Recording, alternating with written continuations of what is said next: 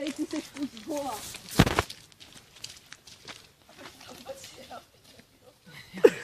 Nemáš pětka už jenom. Mně to nepřišlo hluboký moc.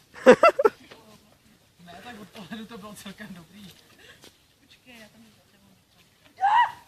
Kurva!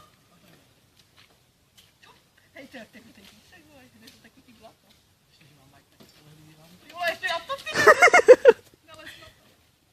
No, děj se na tu masku, mám nevěděla. No, jasně, to křeš ty debile.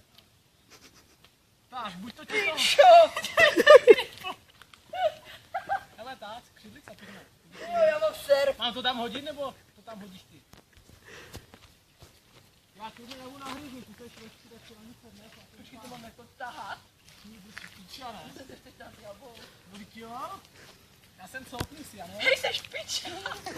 Ty mě vykosíš do toho houba. No, tak ve westernu, pojď.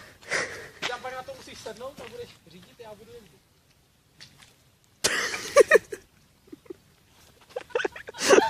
Krátký lado. To si odkryj. Ty píčo. Vidíš, špinavý, v pohodě. Ty vole. Ano, pojď sem. Helma. Ty do hajglu. Tyhle helmu do prdela.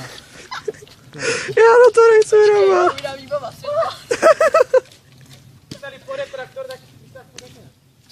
Jo, Tady nejel Martin. pičo, jak by to vzáš, Mám to si vzít helmu? skončíš v potoce.